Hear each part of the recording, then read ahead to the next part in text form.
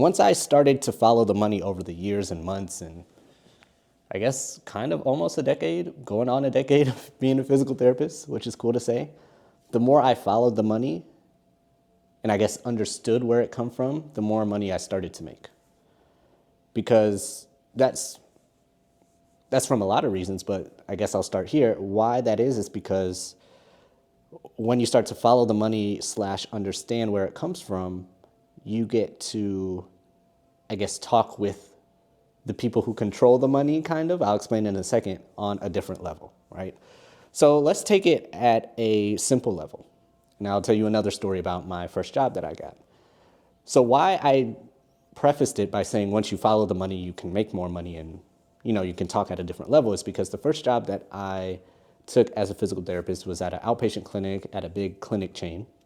And it was cool. It was just a job. It was great. I have nothing really bad to say about it.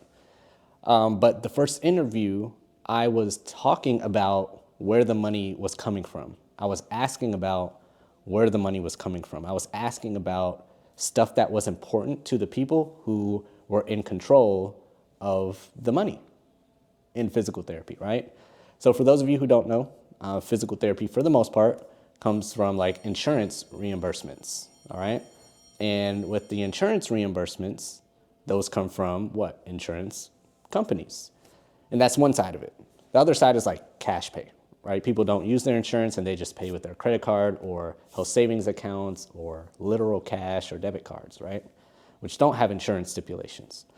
So when I started talking to the vice president directors and the senior directors of this company for the interview and my clinic director and regional managers and all that stuff, they are closer to that transaction, kind of. Even though the physical therapists are the transaction, right?